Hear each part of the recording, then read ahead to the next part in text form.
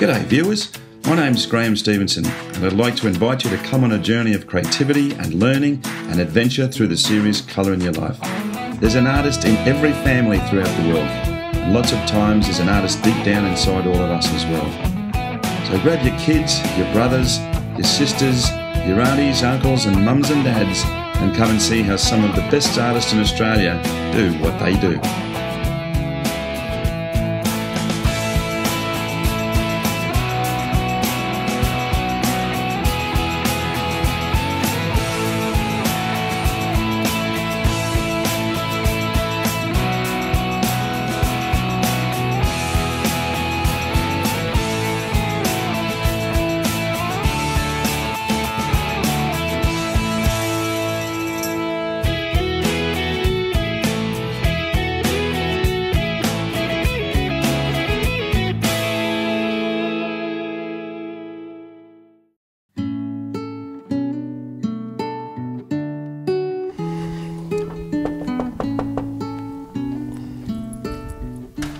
Hello Liz. Hi Graham, welcome. Good to see you. Can I come in and see what you're up to? Sure, Marvellous. Come on in. Thank you very much, thank you.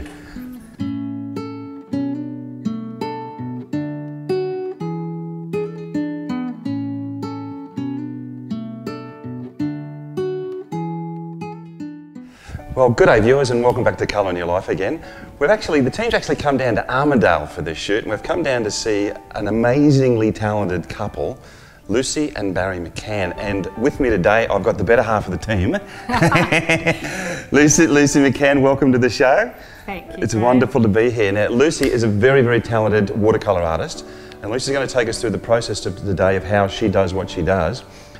Beautiful work. I mean, both of them are just extraordinary artists. Your influences, what's actually influenced you as far as your work's concerned, and why watercolours? Why? Because you both got this huge range of working with oils and acrylics and watercolours. Why watercolours for you? Watercolour was the first thing that we trained in. So informal training, I have to say, it's observation of life. We tossed our jobs 13 years ago and decided that art was for us. And watercolour was always supposed to be the hardest, so attack the hardest first. And it is difficult, but in saying that, you and Barry have both been very successful teachers as well. I've heard some just wonderful accolades as far as your teaching careers are concerned. And you do travel in doing that too, don't you?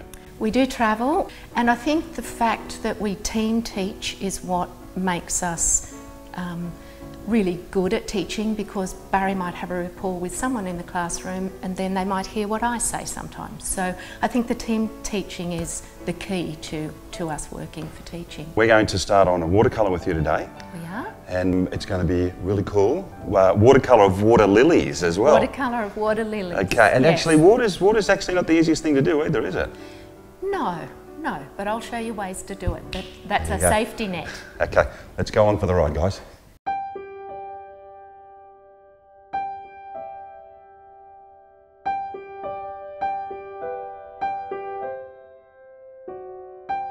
Okay, Lucy, part of putting pictures together is creating the story in the first place. Yes. And I do the same thing. I'm not sure if every other artist does, but I know that you and Barry do, and that's really creating a picture board for yourself. So can you just take us through the process of why you've done what you've done before we actually go back and start on the picture? This is 2 photos, and I've done a composition of these 2 photos as to where I want the painting to go. So compose it in your mind here, get it all thought out in your head before you start. Sometimes we even name a painting when we're doing competition pieces, because that takes you on that journey, Graham, of getting to a good piece of work. All right, we've come from here, you can see how she's made that out, to here, which is obviously the sketch. Let's go over here and we'll start the picture. Yes, let's put some masking on. That's great, let's go.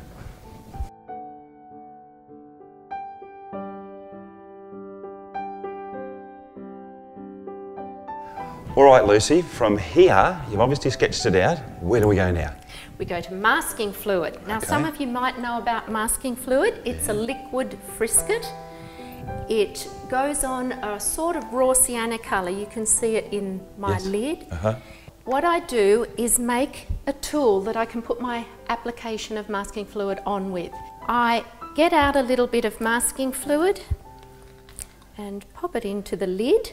So, We then put a little into our container, a little bit on the tip, and I use it like a drawing tool. And I just mark very carefully my little marks that I've drawn onto my watercolour paper, which incidentally is 300 GSM. We then masking tape it onto our board so as it remains flat when it's dried. So how long does that tool last for? I mean, I know it's 600 GSM, but does that last for the whole picture, or? It will last for most of the picture, yeah. Graham. These are some that I've used, and I actually quite like this little nobules that it gets on it. Okay. Because they can hold more masking when I get down here. I find them really fun tools. That's wonderful. So this is a little bit tedious, but the better you make your marks, the better the painting will be. And it has to be a single line. You can probably see how close I've drawn that and how particular I've drawn it. And also, Lucy, as an indication of how successful this lady has actually become, she's actually been selected for the second Shanghai watercolour exhibition in China. Of course, that's where it is. And the magnificent catalogues that they produce as well. And here's Lucy's work in the catalogue with the best watercolour artists in the world, by the way. It's just amazing, and congratulations for actually having that happen. All right, we sort of continue on where we are now. And once you've got that down, how long does it normally take for that masking fluid to dry before you can go on and put any of the watercolour washes down? By the time I'm at the bottom, this will be touch dry. It's fairly quick. It still feels tacky, Graham. It feels tacky, but it will be dry. If it comes off on your finger, then you know it's not. It's not ready. But okay. yes, it generally dries quite quickly. Okay. All right, well, Lucy has actually finished masking this whole thing. Just missed a bit. Just missed a bit. So from there, what do you do with the excess? We need to just tip this back into the bottle so as you don't waste any masking fluid. And in the interim of that, we need to really charge up our paints. Yes. So in my case, I just drop a drop of water into the colours that I'm using. Okay. So I'm using a permanent rose, 3 blues, cobalt, cerulean and French, burnt umber, raw sienna and burnt sienna, what I'd consider 2 earth colours. Okay. So I have my trusty reference to look at, and we need to put some blue up here on top. I don't have to panic that this is going to run down the page because my brush is held this way up. And if I had it this way, it would automatically rush down the page, my wash. But I really think about my brush strokes. So I'm going to hold my brush this way. I'm going to come to about the horizon line with my wash that's mixed of my blues. And this angle here, because I know that watercolour artists use varying angles. They do. So this is obviously one that works for you? I like it upright. Yeah. It's how I've always worked. So yes, it does work for me. And I think it doesn't matter so long as you are comfortable and this all becomes a habit. Then you can start concentrating on your painting. Sure. So we put a little bit of our pinker wash up there to get a little bit of cloud or sky in the trees. Then we come down with the blue, and see it hasn't run anywhere that I don't want it to. Yeah. And obviously the 300 GSM, is that German etching watercolour paper? It's Saunders watercolour. Is it Saunders, is it? Okay. Yes. I actually love the back of Saunders watercolour paper, especially when we're out so in do the I. centre. Yeah. Arsh, I think, is very same on the back and the front. Yeah. Saunders is sized a little bit differently from the back to the front. Need to just bring in a little bit of pink there so we get a transition of blue to pink. Yes. Now I can't go back up the top there. Yeah. Because it's just going to what I call velvet. Yes. You can see there's no sheen on it. Yes. So we can't fiddle back up in there because we'd really ruin the whole effect of this beautiful wash. Now slightly thicker, more pigment in my mix now, and just head on down. I love to watch the water move the pigment. It's very, very exciting to me.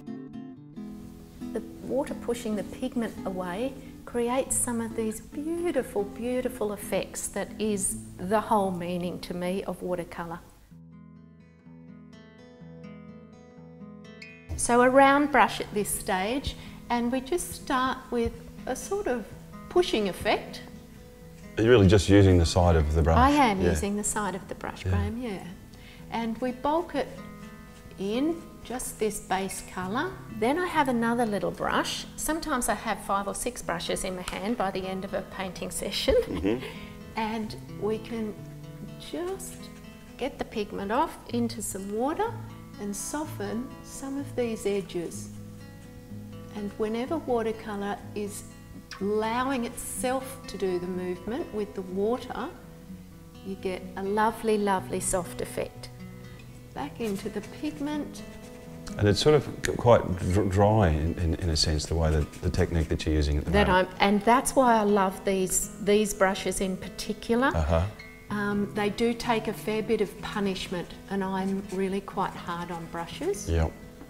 So put the pigment on. There's 2 ways of doing a watercolour. Either wet your shape and drop the pigment into it, or put the pigment on and then manipulate with water. And so I put my pigment on because it works my value sensors out. And then I manipulate with water where I want the soft edges. Close that corner down because we don't want our viewer's eye to go out of our painting there. And so you've really softened the edges there. You're trying to pull the picture back into the middle. Yes, and as a compositional idea, I want my viewer to sort of travel through like this. So any edges or corners that are taking my eye is not such a good compositional design. Sure. And if you can get all this becoming a habit, all this section, that's when some really exciting stuff happens with your paintings, because it's about your brush marks, as you know. Everybody would know your painting because of your brush marks. And once you can start making brush marks from here, that's when I think it becomes very exciting. Very important, yes. Now, I want to come straight across there first of all. I normally try and make my brush marks go with the flow of what's underneath. Yes. So water should be horizontal. But just to give myself a start, it'd be really nice to go horizontal, and then we'll start going vertical. Never worry if you haven't mixed up enough. Once you know your colours well, you'll be able to mix it again, won't you? Now I've got all this damp, I can kind of play in it for a little bit. I just need to get over to this side and try and get some of these beautiful marks in that the brush will do for me now. Well, I think what we might do is we might let Luce work on this for a little while, because watercolour and the nature that it is, and we'll duck back in a little while she's really sort of mapped a lot of this in, and then continue on, because what happens when this masking fluid starts to come off and you see these really dramatic effects of the white on the watercolour wash at the back. So we're going to duck away for a while and we'll come back shortly.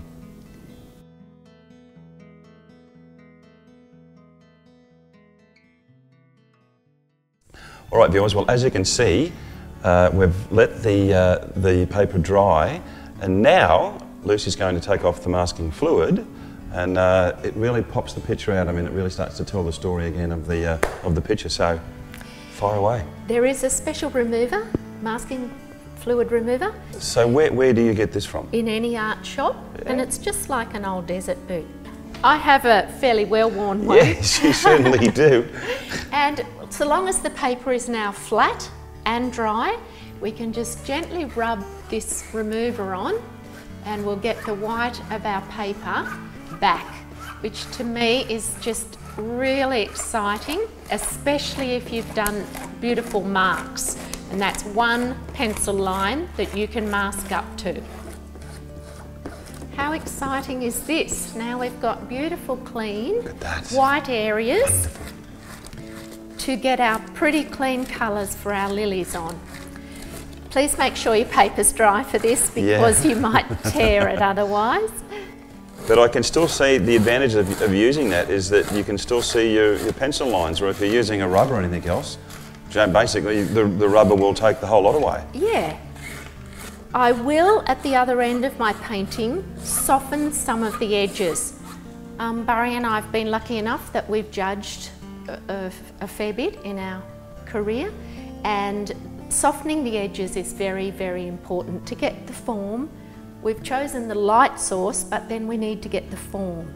So I will need to soften some of these edges at the end of my painting.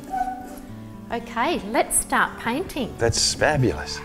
It really is. Little brush now, on to fairly little brushes.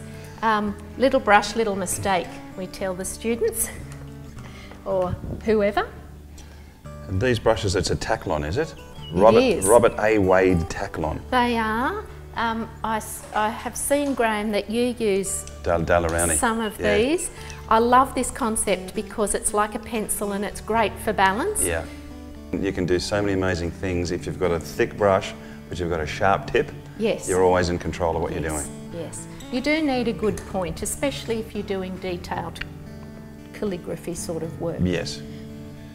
Keep a trusty tissue with you just in case you do have too much, or a sponge. I have a sponge there, too much colour on my brush. Just tip those guys because they could not be that white back there, the little pads. And as a woman coming from a grazier family, your dad Ross, who is 94 now, it's just the picture of him on the back of the wall here, and this is actually done in oils too. I mean, Lucy's very, very efficient and proficient at all of the different mediums, acrylics, oils and watercolour. I'd like to think so. Yeah. Thank you, Graham. We'll be showing those as we go through the show. But when I looked at that portrait, you can actually see the land on the man's face. You know, it'd be one of those people that could walk into the city and you'd look at Ross and you'd know that he was from the land. So it's an extremely well executed piece of work, it really is. Thank you very much. I have to say he is my inspiration. He is an amazing man. Dad actually got to be the best wool grower in Australia, and he was awarded the Golden Bale, which he was given in Germany by Princess Catherine. How about that? That's very, very cool. So we just need to darken the reflections a little bit because the lights aren't as light and the darks aren't as dark in a reflection in water. Sure. So our value is less. It's they call refraction and reflection. Well, I'm pleased you're here to say that, Graham, because I usually have to ask Barry. Okay. All right, well, Lucy's got a fair amount of work to do in this, but you can obviously see the varying little washes that she's putting through and obviously leaving that light there that's very, very important in a watercolour. We're going to let her work on this for a little while. She's still got a lot to do. And we'll come back to some other techniques that she'd like to show us as well once she's finished off most of this work, and we'll see you shortly.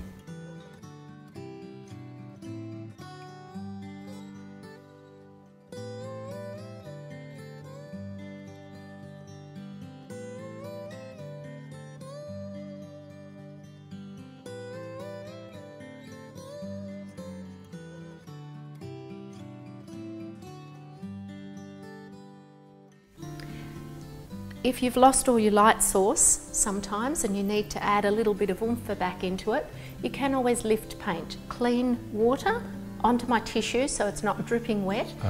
Choose a spot that's going to be really nice for your composition and generally a darker value, and just rub it about 3 times and then dab with a clean tissue. And you'll be able to lift some highlights. Watercolour is forgiving, don't believe all the books. Just have a go at it. Trust what you're doing and just really think through where you want to highlight or where it's going to work compositionally. Sure, sure. And part of, and I've just got these here, I'll just show them to the audience. Part of what's very, very important for artists, and obviously Lucy living in Armidale in the country, they've got a beautiful property down here. It's just a property called Quay, beautiful place.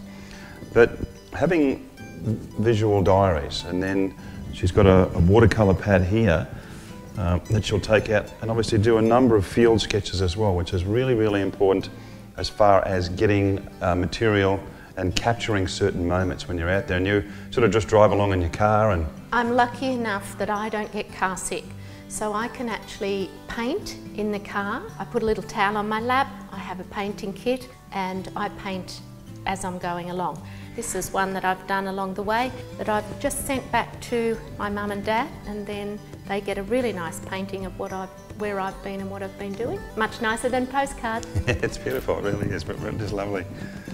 But gives you an idea of how overall that you have to do a number of things to really put a good piece together. And as you can see, Lucy's definitely mastered her particular craft in that area without a doubt. Thank you. So just softening masking edges, it makes a whole lot of difference if you're doing competition work. Yes. Gives it slightly more form. But all in all, I think that's going to be called finished. And we take the tape off? We'll take the tape off. This is always an exciting part because it really puts a beautifully defined line on there, which is just great. Well, it contains your eye, which is what a matte does for a watercolour.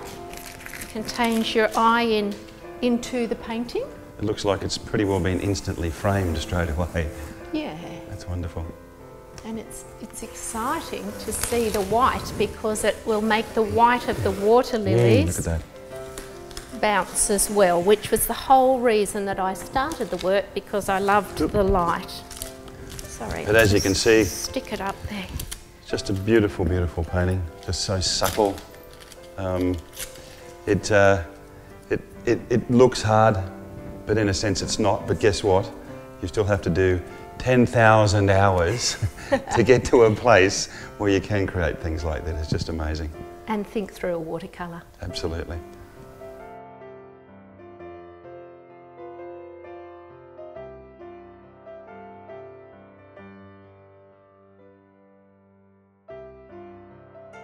Watercolour generally dries a bit paler than you put it on, so be aware of that.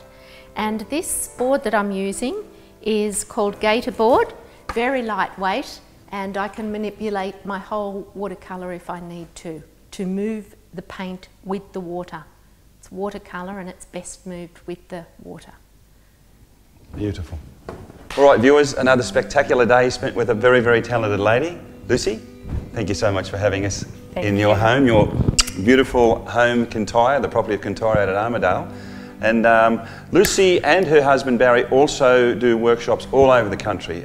Really, really, really good teachers. It's you know, it's really hard to get people that can actually teach the way that they do, paint as well as they do, but teach as well as they do as well. So if you want to make any inquiries on that, they can go to your website, which is mccannfineart.net.au. There you go. And if you want to see any of Barry and Lucy's work, you can come into colorinyourlife.com.au. We'll have their work up there as well. We're really easy to get hold of in any sense, if you know what I mean. But until we meet again, remember, make sure you put some colour in your life. We'll see you next time, guys. Bye. Bye.